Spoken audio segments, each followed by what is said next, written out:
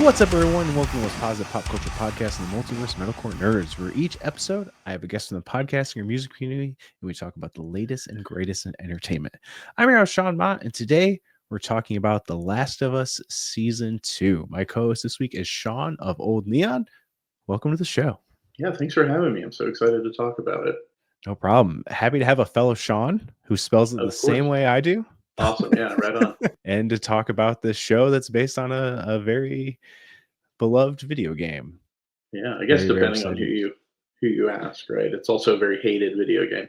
It is. It's hard. We'll probably get into this talk when we dive deeper in the Last of Us talk, but it's hard to call it divisive when it won so many game awards and sold. It's like one of the highest selling video games. So, and I'll get into that conversation when we talk about the series as well, because I feel like this, especially season 2, is kind of facing some of the stuff that part 2 also faced, which I lived in real time, but we'll get to that when the time comes. If you return to the show or first time listener, thank you so much for tuning in. The best way to support the podcast, subscribe on your favorite podcasting platform. If you're watching this on YouTube, hit that subscribe button, hit the thumbs up button, comment, let us know what you thought of The Last of Us Season 2, whether you're a game player or not game player. I love hearing the perspectives of both. And if you want your daily fix of Metalcore Nerds, you can follow us on all social media at Metalcore Nerds. Now, I like to kick off every show with Now Watching, where my guests and I talk about what we've currently been watching in the last few weeks, whether it's movies, TV, new, old, in theaters, at home, whatever you've been watching. So, Sean, what have you been watching lately? Oh, a bunch of stuff. I've just watched Queen of the Ring, which was the Mildred Burke biopic there's a bunch of people in it. Tony Storm, Jim Cornette, Martin Kove from the original Karate Kid was in it. Tyler Posey is in it. I think the person that plays Mildred Burke was in Arrow. She was like the main female protagonist in Arrow. So I got to see that recently. I finished up Righteous Gemstones, which is a huge one for me. Having grown up in the church and kind of like gone away from that, it's like very funny because I went to like a mega church too.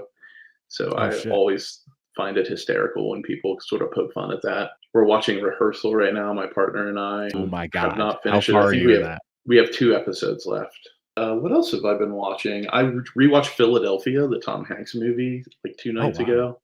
Okay. It's just such a powerful thing that I just I love movies like that just, I don't know, there's something inspiring about it, but it also kind of like brings to mind how corrupt the sort of people we prop up in society can be once they have power. And it's such a stark reminder of like where we are now, even like it still rings true today, compared to when I think it was released in like 93 or something. So I saw that recently. So just a bunch of stuff all across the board. I've been replaying Days Gone because they remastered it. Not that you asked about video games, but been doing a little of everything. I have also been watching The Rehearsal. I've seen all of the second season, and the first season, I remember just feeling so mind blown by what he pulled off in that first season. I never because saw by that. the end, you don't need you don't have to worry about spoilers, but I don't care. But it's hard to even explain it. Like, even if I explained it to you, you probably wouldn't even understand it. But the basic premise of the first season is that he takes these small problems from just like normal people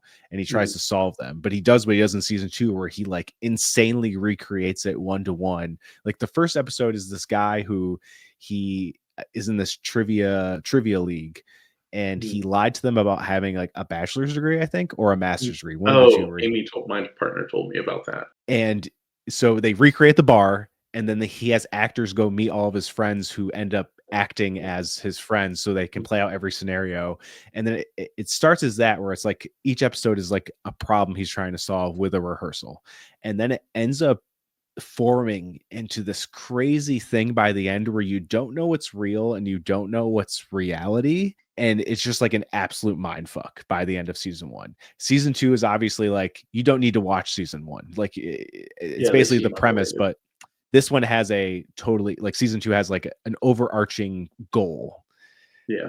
And I've just found it so incredibly insane how Nathan Fielder has woven in these, what would seem like they would be the most random things ever to get back to this pilot problem. Yeah. The Evanescence Sully episode. That was so funny. Yeah, that was great. It's probably the craziest episode of TV I've ever watched. As it just kept going, I'm like, what is going on? This is crazy. The finale is almost on par with that one. The way it kind of ties together and the journey it goes on with him is so absurd. Yeah. And I can't believe he got away with pretty much calling Paramount Plus Nazis. That was hysterical. I mean, because like as myself being like a sort of anti-establishment person, like the fact that he was able to publicly do that with little to no recourse is like that's like the dream of just being able to call out giant multinational corporations on their bullshit and then nothing comes of it. Well, hopefully maybe they'll sue him, who knows. Yeah, the only blowback for this season I've seen is one of the contestants in the Wings of Voice competition tried to like call him out for it being a fake competition. But and this is a little thing I'll spoil on the finale, but they show the conclusion of Wings of Voice on the show. So someone does win the competition and does get to perform on an HBO show. So it's not what he said isn't bullshit. Kind of was real. Yeah. I have a feeling, and this isn't a spoiler because I literally haven't seen it, and I'm guessing of either he could fly the whole time, like he got his pilot license, is my one guess, and then two, and like we just didn't know that, but like that's my guess, or two is that everyone that he interacted with the entire time was fake, because I think that it would be impossible, especially when he was going through that like couples issues, of that person to have like accepted all those gifts from Starbucks people and not realized they were hitting on them, because it just seems like you would have to be insane to not like see how telegraphed that is. So those are my two guesses. He's either a pilot or he made the entire season up, and either of those would be just as funny to me, I guess. One of your guesses is pretty dead on. Okay, great. Perfect. No, it's fine. Either way, it's funny. So yeah, it's a great finale. I hope he gets to make just more of the show, whatever he decides to go with, because obviously he can make anything work. It's just I think incredible. He's created a real niche for himself, even in like a pretty niche genre of like being able to be fundamentally who he is and have people enjoy it. I think, and that I guess that should kind of be everybody's goal, but he's really nailing it. Yeah, it's great, and I heard it's going to be submitted for best comedy series of the Emmys, which even if he gets nominated, I think that's a win.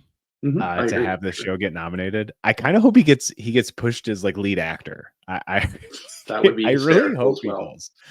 I think it'd be pretty great if that ends up happening. We'll see how that goes. Other than that, I got to see a new Apple TV series early called Stick. It stars Owen Wilson, and this is going to be a massive recommend for anyone out there who has loved Ted Lasso and Shrinking. It has very much that kind of vibe, but it's by a different team, but it just has that feeling of like heartfelt, but it's human, it's emotional.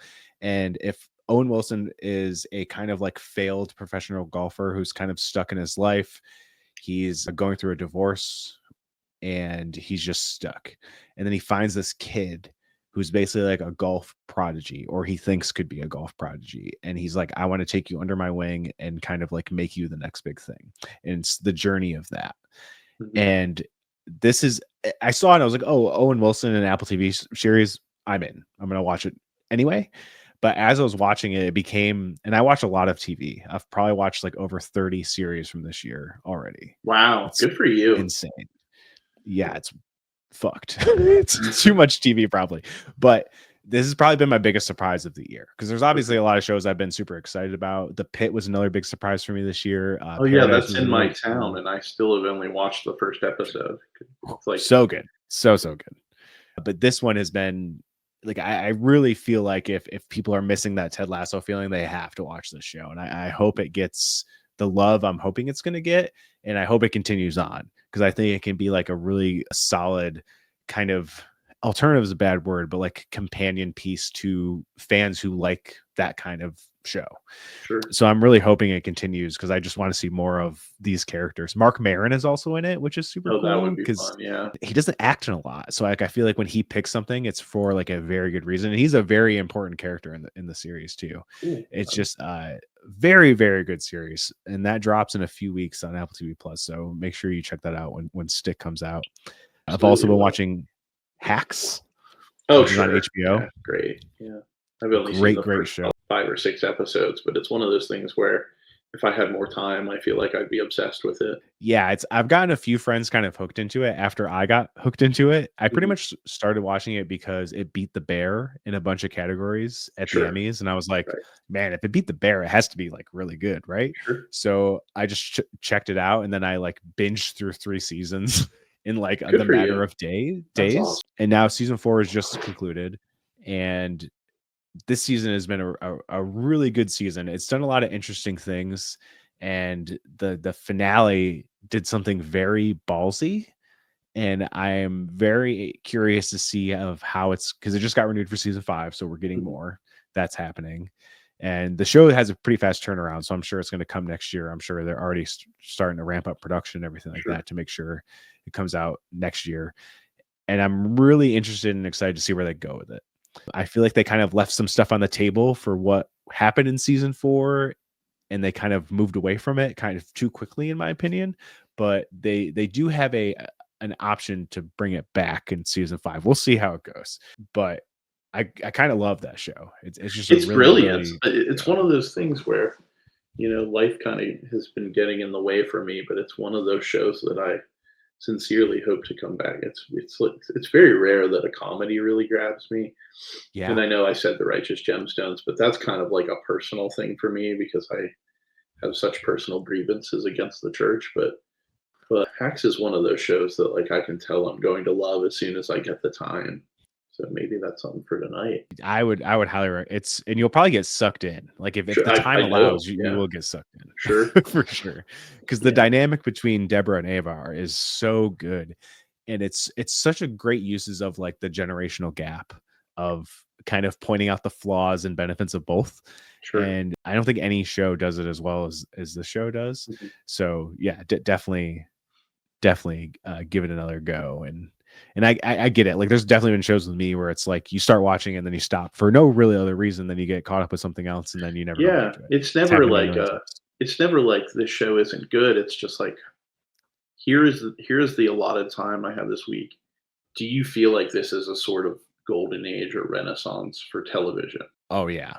I've been Yeah, saying it for the last few years, I think. I sure. think this year in particular is probably the best year TV's ever seen, and we're only just getting to June. And Mhm. like we're halfway through the year, and I think this is the best year of TV. And I think the last few years have produced not only episodes of TV that are among the best ever done, but just some of the series that are just like absolute all-timer series. And Yeah, I know that, and I think streaming is the reason because it sure. allows these creatives to kind of have more leeway and more say in things. And just to be Uh, seen, I think that's you. there's a couple shows where the showrunners have said in interviews, "Well, we pitched this to networks and they said no." And then Netflix Yeah. picked us up. I agree with you, actually. I think it kind of began like that pot started stirring around the time like the Mad Men, Breaking Bad shows kind of Mm. went on Oh yeah. AMC. And then since then, everyone's like, okay, well, those shows like hit. So like we've got to ramp it up. And then you've seen a lot of really powerful television, which I never thought I would say. When I was a kid, movies ruled, and it Right. was not critically acclaimed did not happen in television. Yeah. It was like just this dead zone of just schlock that you would watch to kill time. But now it feels like it's sort of the opposite. Like movies are almost the afterthought in my mind, anyway. And then you have all Yeah. these like powerfully resonant television shows that are just crushing your soul week after week, and it's a special time for that medium for sure. Yeah, totally agreed. I am going to talk about a few movies before we move to The Okay, Last of yeah, Us. that's not to say there are still great No, movies out for sure. they are. But if I compare where we are, like probably the top like 10 to 15 shows I've seen this year, I could probably my top few are probably locked in, but the rest I could probably interchange depending on the day and of when you Mhm. ask me Yeah, because they're all so good and they all live in this range of like, wow, this is so good. But then I look at the movies I've watched from this year and I'm like, yeah, there's been like 2 or 3 that are really fucking good, and right. the rest are kinda, like, fine to bad, Sure. and with series, I probably have a few series I would say that about, out of, Mhm. like, 30, like, that's crazy, but I get to check out a few horror movies that Oh, came great. out this year. On streaming, I saw Drop, Mhm. which is the same director, Chris Landon. He did Freaky and he did the Happy Death Day movies. And the basic premise, this all happens in basically one location for most of the movie. And it's this crazy high rise restaurant. And the whole thing is that this woman is getting airdropped all these messages, and then she finds out that someone has broken into her home and she has to like follow along these rules so her kid at home and her sister watching her kid don't get harmed. Mhm. And she's on this date, and it's a first date, and it's packed with a lot of style. And for most of it, I felt pretty gripped. I think the ending kind of falls into a tropey kind of horror movie thriller kind of thing, which is fine. It was not that it was bad. I just don't think the ending lived up to the rest of the movie, but definitely worth a watch. I remember when it came out, a lot of people were surprised by how good it was. And I could echo that for sure. It was definitely a solid movie, not one that I loved, but I thought it was pretty good. And I did yesterday, I saw Final Destination Bloodlines in Oh, theaters. did you love that? It was so good, Yeah. like, People are raving about it. insanely good, and I loved the Foundation movies as a kid. I remember just loving them, and I rewatched all of them leading up to this to I just wanted it all in my head. The 2 movies that are probably most important to watch before Bloodlines is 2 and 5. Weirdly Right. enough, not even 1, Sure. 2 and 5.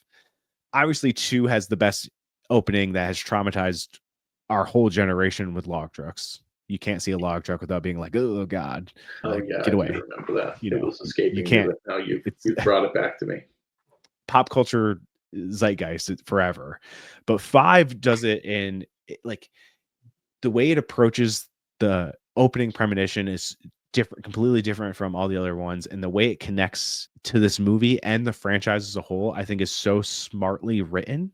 Mhm. And the kills are still just absolutely utterly insane. They have mastered the it's like the red herring. There's always it focuses on something, and it usually focuses on Mhm. multiple things. And one Sure. thing is a red herring, and one thing is like the anxiety inducing thing that you know it's going to end up happening to someone, and you're like, please, please no, please, please no. And you're like, what's going to happen? What shoe's going to drop first? And I love how they handle that.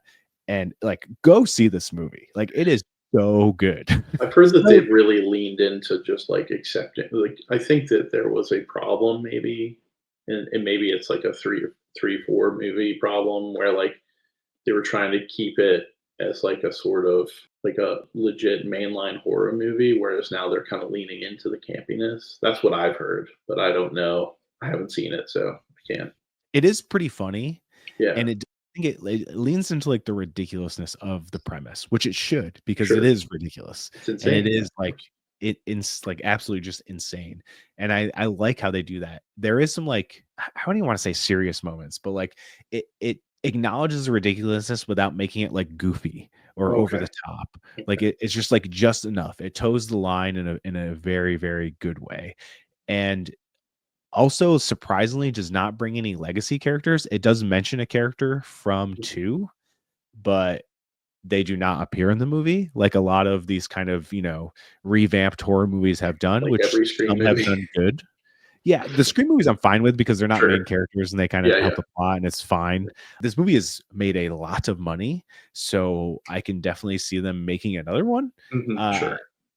and I have no doubt that the series can take it in an interesting place because they've proven time and time again that they cannot be they can do without it being overtly connected and still make it a good movie and then find how to connect it in a bigger way that I Mhm. think is really, really smart. So I'm hoping we get more of these.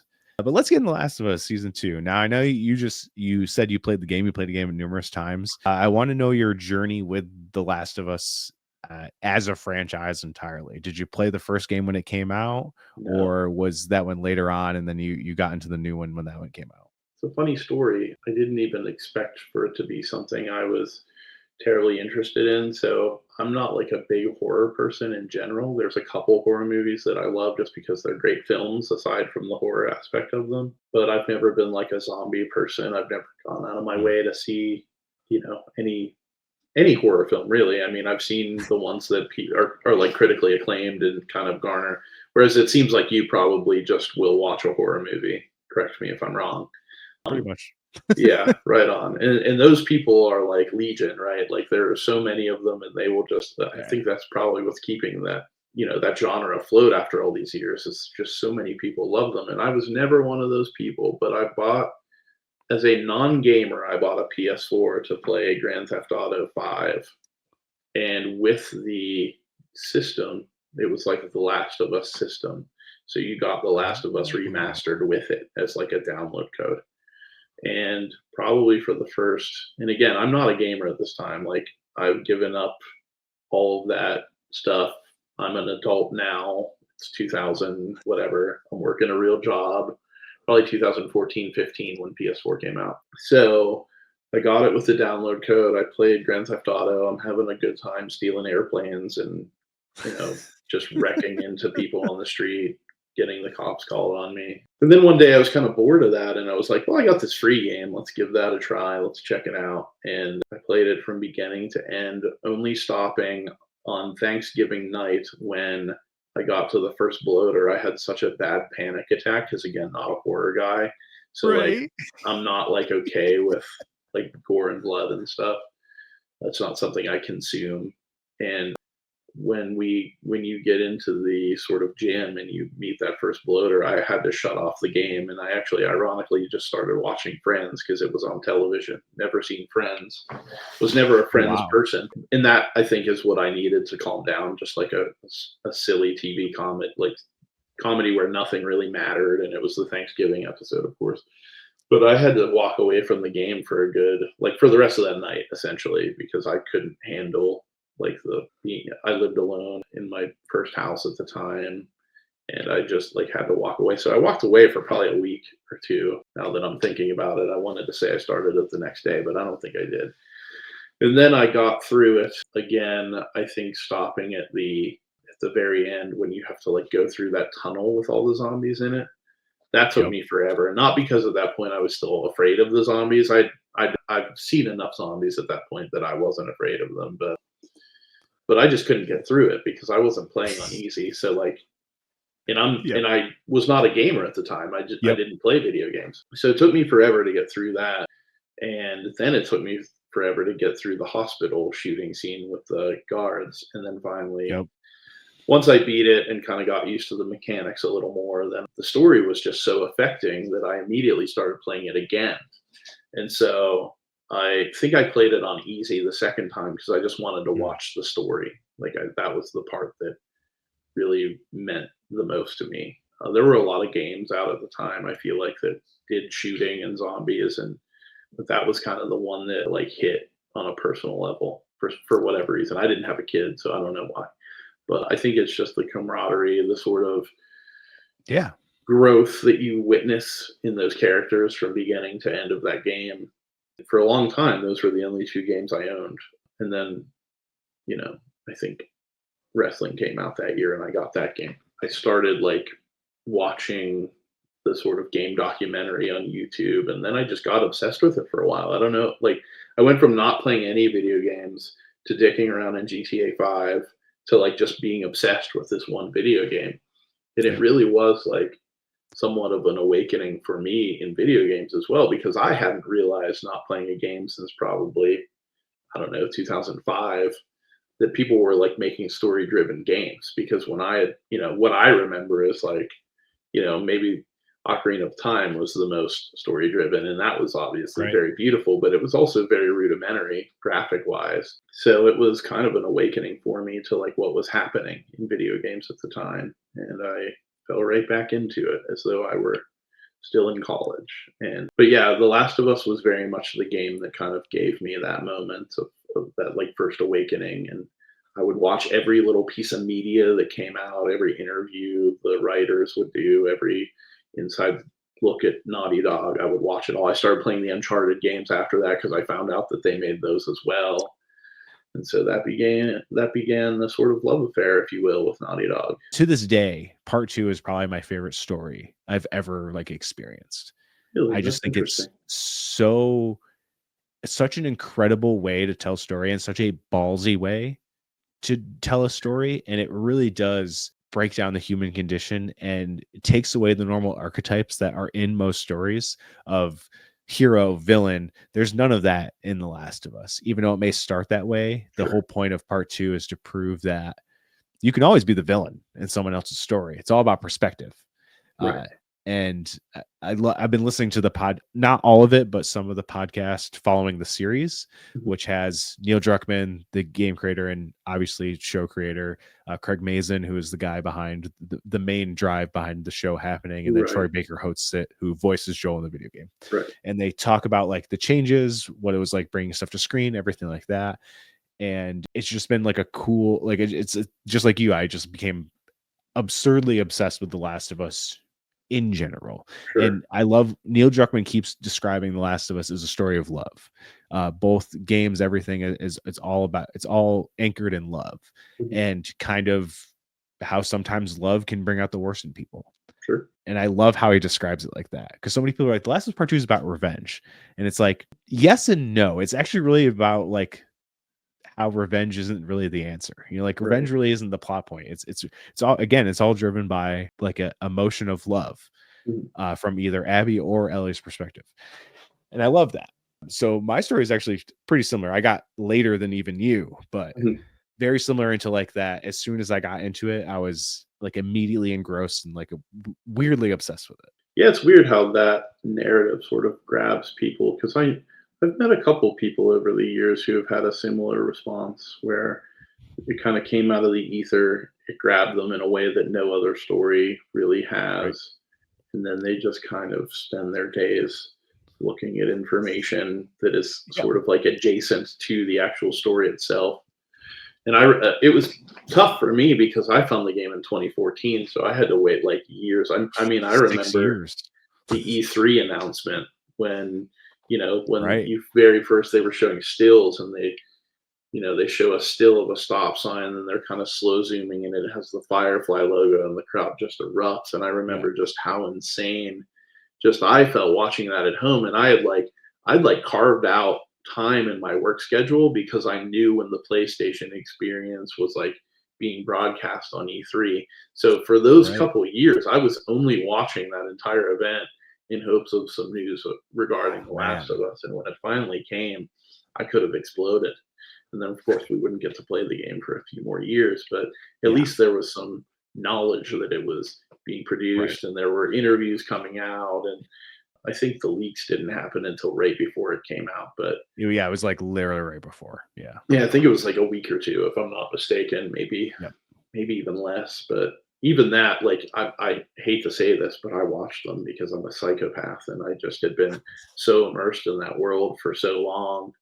And I kind of had a feeling that what was going to happen was going to happen because, at this point, Joel is pushing 60, and how long can you really even live in a world like that? So I knew that one way or another, it was fully expected on my end. I'm sure it seems like, based on what happened, what the discourse online was, that people were very upset. But I actually personally thought that was just the natural place to go with the story. It makes sense. And the more they explain it, the more you're like, oh, right. Yeah. Right. Okay. Got it. Yeah, so there was never a point for me where I was like, oh, Joel dies, that ruins the game. I was like, actually, Joel dying not only makes sense, but it seems like probably the catalyst for the game, because if Joel doesn't die, then if they just live happily ever after in Jackson, then what are we doing here? As much as I love to be in that world and see those characters again, at the end of the day, if the story doesn't matter, which I think you could argue, I mean, I'm not in line with you as far as it being the greatest game. I think there are massive plot holes, such as, like, it seems like most of what happens is circumstantial. Abby runs into Joel magically in the entire world. They just happen to run into each other, and then someone drops a map. Like, those are the two biggest drivers of that story. And so I have issues with the story, but I think as a whole, it is still probably my favorite narrative in video games, if not slightly edged out by Red Dead 2. Like, they're like right neck and neck, but it's still a special game. I'm still like so happy. I hope they do a 3, but I think that there's probably more bad news. If there is a 3, then I think there's only one place for it to go.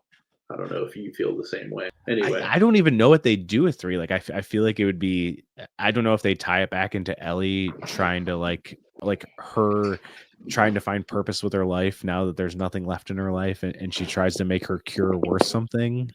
Yeah, But it's that's like at the where same very much where I time, see it going. I think if there is a 3, Ellie probably dies, yeah, as like a result of for curing sure. humanity, and then that's kinda just the story, that's part And 3. and it's hard too though, because it's like I would want Abby and Lev to be in it too, Yeah, sure. because they're like the best part of that game. Right. You Lev know, like is they're by far my favorite character in that entire world, so yeah. you would So it's think but like I could see a and world in which there's a sort of uneasy alliance between those 3 in the next I game, could see that too, for sure. but, And that's like the hard because like they're going off to the Fireflies, so maybe there's a weird connection with that. And right, like, it's "Hey, like we know this person we know who the cured person is. I'm a Firefly. We gotta track this lady down and get the cure." And right, maybe if Ellie realizes that this is her ultimate meaning, then there's some incentive for her to go along with that plan. right. And But I kind of transitioning to the show. So sure, obviously you really enjoyed the game part I two, love the and game. obviously part one. What did you think of season two as a whole, as an adaptation of the game? When I was watching it, I felt like, oh, there's a lot of pacing issues in this. But then when I Mm, rewatched it to prepare for this, I was like, I actually enjoyed most of this. And so I'm somewhat still, having just seen it, mystified by the finale because there's things that don't logically follow for me. There's some weird like time jumps and teleportation jumps, and we're in this world that's supposed to be like out to get you, super scary. There are soldiers, then there's a warring faction, and then there are also clickers and stalkers now. And yet yeah, Ellie can seemingly traverse this within a cut scene, within a quick cut, a jump cut, and having been worse for wear, then I don't know. There are parts of that that didn't work for me. I think that the action was a little bit lacking, which is kind of part of that. But on the whole, and knowing going in that we were only getting half a story, obviously, I can see fans being upset based on the ending, and that makes total sense to me. When you jump back to Seattle day one, I can see someone who hasn't played the game being like, what the fuck, man? But I knew that was coming, so it didn't hurt me as much. I do think that there was more to, and this is kind of my main qualm with the first series as well, which is there's so much meat on that bone still that they could have. I think I don't even want to say stretched. They could have comfortably added an eighth or ninth episode with Ellie trying to traverse Seattle.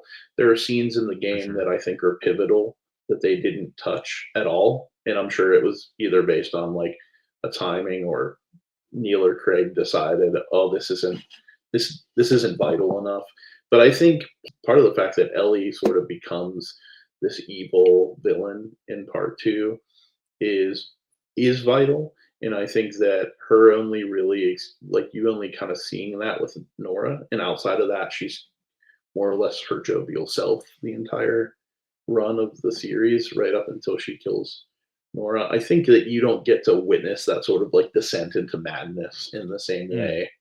And I think they could have done more with that. But other than that, I mean, these problems are big, but they're not earth shattering. And I think that as a whole, the series did well. There's only one scene that I was really not happy with. How about you? Did you like the season? I did. I liked it quite a bit, Okay, and there has been things that, like, more retroactively thinking about it, I was like, okay, I can kind of understand some things. I think, and this is how I've been trying to look at it, even from mhm, the jump, is that the game and the show are two totally different experiences. sure, Uh, I don't think anything is going to ever live up to the game right, because you can't recreate what a game does. Like, you right, are that character, you're immersed in this world. mhm, It's hard to because so many people are like, oh, they rushed through this. And while I can see that from a certain standpoint, they do still hit all the big narrative beats. Yet they take a lot of time to have these quiet moments that expand the characters. I think that they do better in the game. But very much so. if The game is much more subtle, which I think is what makes it better. yeah, and it's I can understand, I think there could have been a middle ground with certain things from Sure, the show to the game. And it's hard because a lot of this stuff feels heavy-handed to us, but it's because we have the knowledge of it. So Absolutely. you almost have to think out of it. You're like, this is made for people who have never played the game mostly. Obviously they want to appease game fans too, but like this is made for the general audience of everyone. And some of the things I'm like, I get why they kind of revealed some of Abby's stuff. Maybe they were a little heavy-handed with it sometimes, but I think some of it was kind of needed because revealing that Abby's dad is the reason she killed Joel isn't the point of Abby's redemption, Right. So I was like, that I don't care because I get why they're doing it because they're trying to soften the blow for when it gets to the last scene. They're not as mad as probably we were when we were playing the game when it goes to the cutscene and everyone's like, wait, what? There's no, that part I didn't have an issue. The one thing I think we could all agree was heavy-handed is the fact that Jesse said not once but twice, "I cannot die." Staring like he may as well have looked at the camera and winked at that point. I was like, "Buddy, what are you doing here?" That Because kind of we made all me know sad. at the end of this episode you're dying, and even the people that didn't know that were probably like, it's pretty weird that he just keeps saying this. But like it's so that to me is one of the moments. The most egregious thing that I felt during and this goes back to subtlety, was Joel and Ellie. They revealed that talk on the porch. They revealed it early, and I understand why they did that. No problem with that. But what I didn't like is the cool thing that happens in the game is neither of them says "I love you" in that moment because they're both proud and hurt. And but it's like hanging in the air, and that it is in the space with them. Neither of them says it, and that's the last time she ever sees Joel alive. Right. And that is so important to me as a viewer. And I think him breaking down and saying, "I love you" in a way that you don't understand, and if you have kids someday, you'll understand, blah blah blah. I think that kind of like I really in my heart of hearts think that scene would have been better if it was less, if he never said it, because it's so important in the game that he never says it, because they could have, they should have, and they wanted to, but they just never said it. And that makes the tragedy of this so much deeper to me than the entire like, while we're here, I'm your dad and I'm going to tell you all my feelings and I'm going to weep in front of you. I feel like that kind of undercuts who Joel is as a character, in the written word. But I also recognize that it's Neil's character.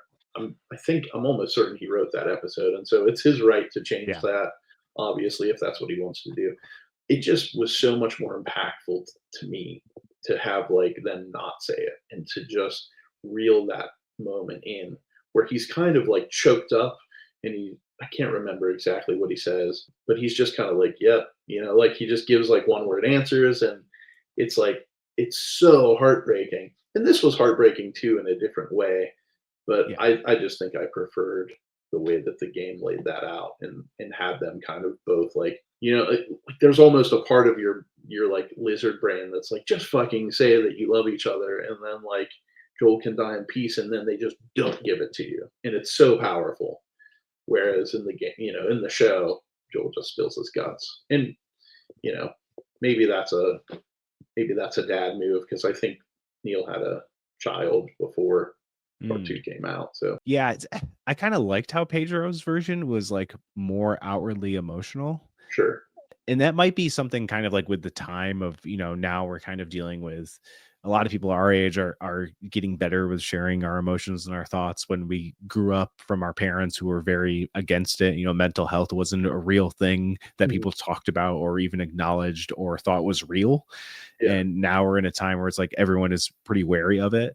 And I think the bookended line of that episode like destroyed me, because especially knowing what Ellie does later on, you're like, oh my God. Like, and that's what I think I love about The Last of Us more, is that almost every pivotal line that is said has like it has so many different meanings, and some of it's Sure. like heartfelt and great. And then the other half of it is just innately heartbreaking. And I was like, damn, like that's great to hear if bookended it came from his dad, like and I think the biggest heartbreaking thing of that line being added into this is that yes, Joel succeeded in breaking the cycle of violence from parent to kid, Mhm. but he failed at breaking the silent cycle of violence, just like in an overall like way of life. Like he, him killing the whole hospital to save her Sure. life is, a cause to the effect of him dying and then sending Ellie on this path of basically no return. It's like he still failed in that. And that's why it's like that line felt so heartbreaking to me, because it's not just one singular thing. It like means a multitude of things at once. And that's something I think I just love about The Last of Us in general, because there's so many things that like play towards things in the future, things in the past. And I think that's what makes it feel like more human, because it's not a black and white scenario in this world. Everything lives in the gray, which is life. That's life. Like nothing in life is really black and white. You know what I mean? Sure. Everything kind of lives in that gray. And that's what I appreciate of it. I can't argue with anyone. They're like, oh, I wish there was more episodes. Because if there was more episodes, I definitely wouldn't have said no. Yeah, sure. And I I just feel definitely like they think could have fleshed out that final run to for sure. the aquarium a little better and maybe added some stakes, have them have to Yeah. get through a couple obstacles, I think would have been cool. I don't know. I mean, it must have been their decision. They're like, oh, we can tell the story in 7 episodes. Let's just do 7 episodes. Yeah, who knows? I think that is kind of how they do it. I also didn't understand her trying to save the Seraphite. I think that they're in the game. She's kind of like, yeah, let them kill each other. This is sick. And so that was kind of because she's already kind of like pretty far down this path of vengeance at the time that Right. she could either save or not save. And they've already been attacked by the Seraphites at that point. So I don't understand at least like interest in the situation when none of it meets her goals. It's just sort of this compassionate moment, even though we've been trying to establish that she's not compassionate and that she's not willing to face her compassion Yeah. at this time. So I feel like there were a couple things in that way where the game tried to sort of absolve Ellie of any of not all Mm. wrongdoing certainly, but even with Mel, the gunshot kind of like ricochets and hits her, and it kind of like I don't know. I feel like there were a lot of sort of get out of jail free moments for Ellie in that final episode where I'm just like, no, just let her be bad. She's bad now. That's the point. Obviously, they cut the dog scene. The other big I'm thing fine with that cutting the dog scene. I did yeah, not that would need have to been see a rough. dog die live Admittedly, that action. would have been rough to see, but I it did not need to also see that. yeah. The other thing that I kind of wish they would have done is I like that they gave Isaac kind of a backstory. I really like that Yeah, scene. that was I cool. did not so much like that they gave the scars a backstory because I thought that what made them impactful in the game is that you hear a whistle and then an arrow hits you in the shoulder. And then that is like, and then from then you learn about them like that. Right. It's this like really abrupt thing where you're like, oh, Yeah. there's an entire other faction of people here that also want to kill me. And then I just thought that was such effective storytelling in the game. And I Yeah. I wish they would have just like let them be a mystery. And now I understand why they didn't, because obviously you'll now have to wait 2 years to for the payoff to that, or however long it's going to take them to do this season. But it would have been cool, I think, to just have them be this mysterious faction of somewhat ghost-like creatures that will Yeah. disembowel people. And then next year we can kind of get into it with Mm. their motivations. Yeah, there So I was thought something that that the finale did that made me retroactively look differently at those kind of intercut scenes in the mhm, rest of the season. And I feel like, and this is me knowing like what's coming, so that's why I kind sure, of appreciated them more, is there was so much more, like even when there was that conversation with Isaac and they talk about Abby, and there's certain things you see that you're like, oh, we're gonna see the counterpoint of that from Abby's perspective in season 3.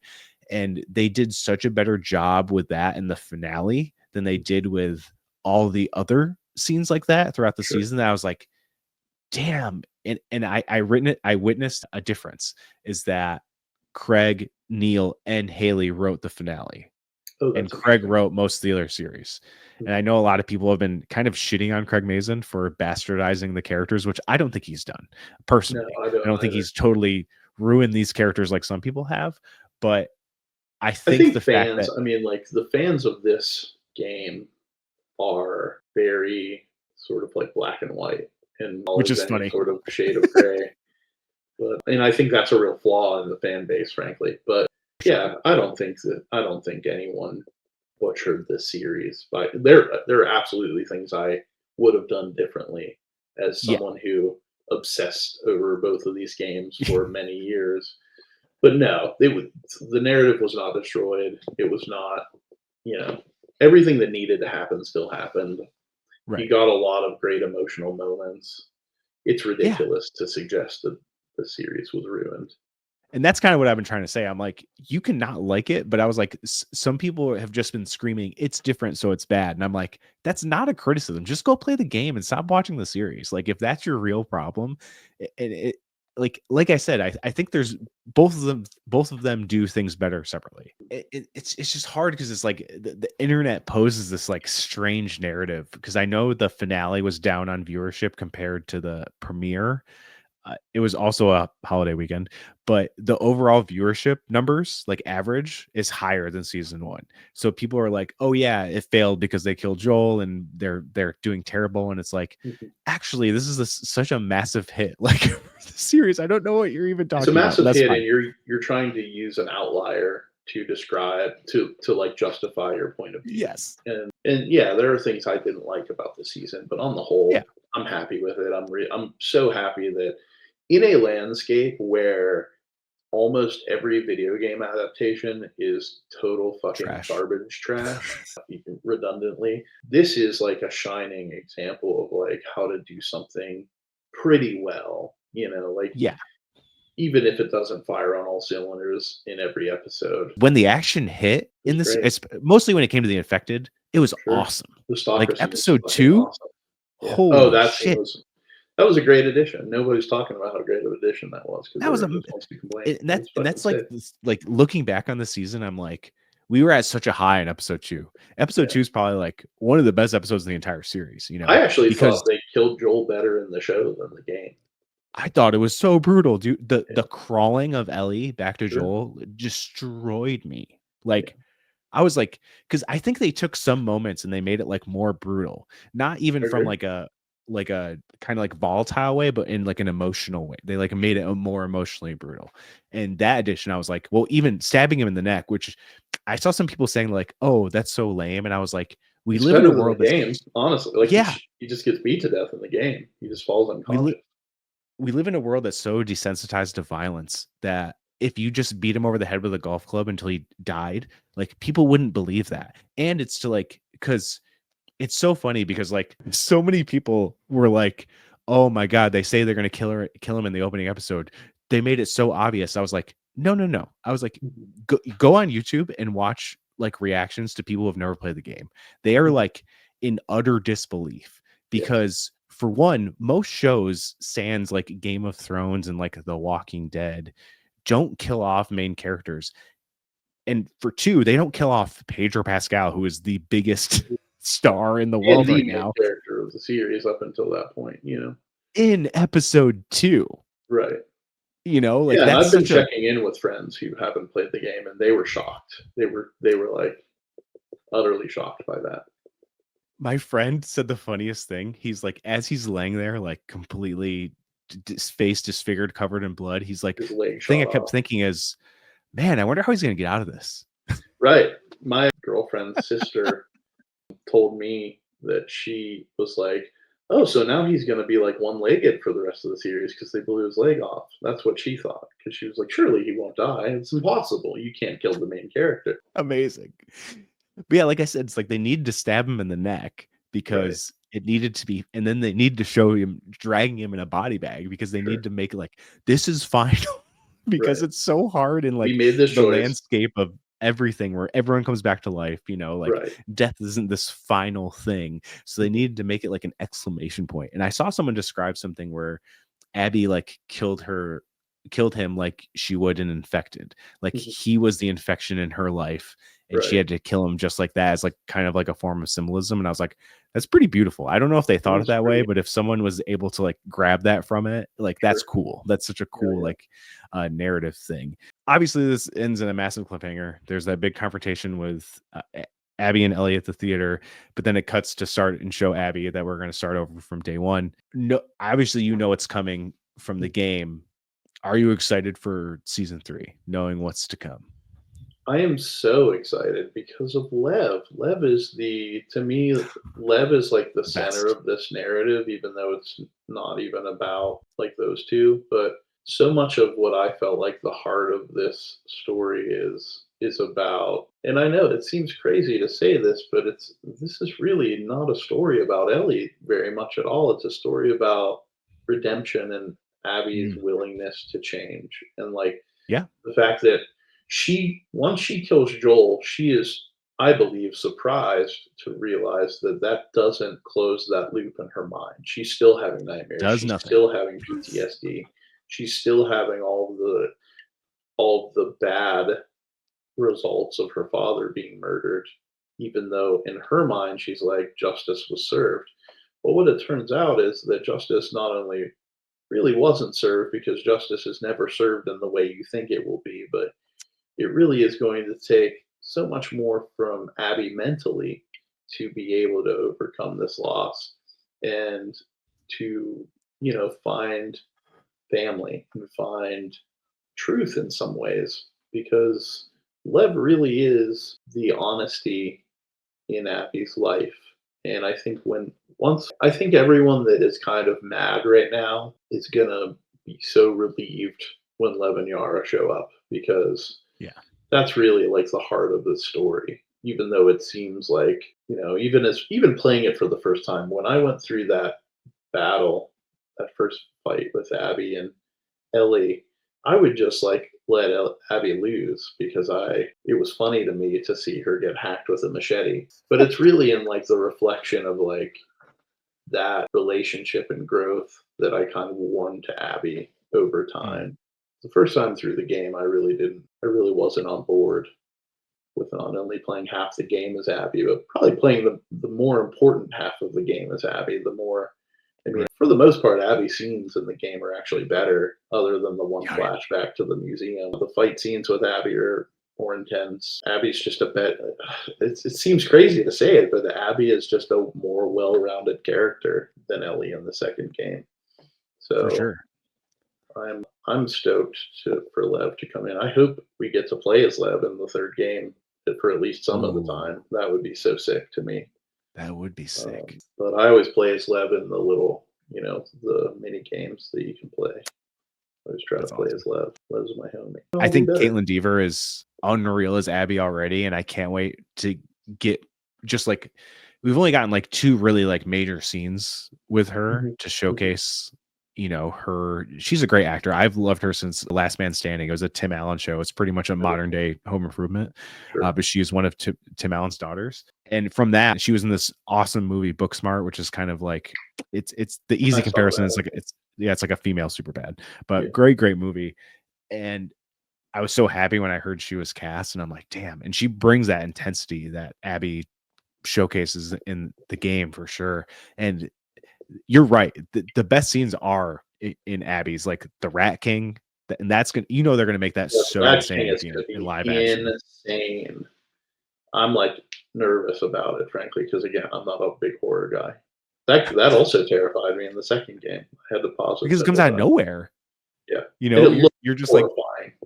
yeah, Body it's horror perfect. is not my friend. I don't enjoy looking at it at all, and that's like a big old dose of body horror. Oh yeah, especially when parts start breaking off and stuff. Mhm. Wild. Yeah. So I think that the best is still to come. I think that people that were disappointed gonna or actually, let me rephrase. I think that people that are gleefully celebrating what they believe to be a catastrophic end to the series are gonna be sorely disappointed when it revs up next season because I think they're gonna do a great job. I don't even know who they cast as Lev, but I'm excited Yeah, I to don't remember. see and excited to see that huge set piece that they're undoubtedly going to have in the end when they have the war. Like we're going to see all that now, and that's going to Oh, be I can't wait. kind of a lasting. That's going to be kind of the end coming at the end of the season, and that's going to be an incredible set Yeah. piece. So I'm very excited for that. I think that'll be a great counterpoint to the season's like Battle of Jackson. Will I be hope that so. like Yeah. the WLF and Seraphite War. I think that's going to be perfectly teed up in this season too. Where I like that they chose to be ballsy and to split it in perspectives, like the game, because I understand it can be kind of frustrating, especially for people who haven't played the game, to like look at this and be getting like part of the pieces, Right. because if you view the WLF and Seraphite stuff from just like a casual fan's perspective, you're like, Mm. wait, what's up with all that stuff? But it's kind of like Lost in a way, where they give you pieces of things and they kind of, as things go along, it all gets kind of coming together, which I like stories like that. I like Yep. not knowing everything, and not everything needs to be explained, but I felt like it was a good way to be like a soft introduction into what's Sure. happening, and then we'll get the full picture next season. And Now let me I ask saw you. in the finale, they did have that crazy scaffolding sky bridge part 2. So Right. they're definitely going to do that in season 3, which is a must. And I'm Absolutely. stoked for that That's scene. gonna be insane as well, because I also hate heights, so that'll be great. Did you when they announced that it was gonna be 2 seasons, is this what you expected or no? It's going to be 3 seasons. Oh, I just heard that they were talking about 4th Yeah. season, but when they announced originally that it was gonna be 2 seasons, did you expect it to go this way? Yeah, because there's so much story. They couldn't Sure. there's no way they could, like, people are already complaining they crammed too much in one thing. Like, there's no I way That's they the could one have done criticism it. I agree. I think that they could have split that last episode into 2, Oh, for but, sure. But, like, I as soon as they said, like, a season 2 is happening, I was mhm. like, they can't cover part 2 in Of one course, season. yeah, It's of course. impossible. Impossible. I think they tried to make Bella Ramsey's Ellie be more of a badass. Abby's a badass from the very beginning. So like Straight up. Abby's gonna have to throw down for sure. And I think Yeah, that's she's gonna a be a like, a necessity. trained soldier, Right. you She's a know? trained Like, soldier and people complain about the muscles thing, but I think the muscles thing, it's not I know that the muscles thing was a result of her passion. Like she was right, so yeah. obsessed with Obsessed. finding and killing Joel that she just would not stop training.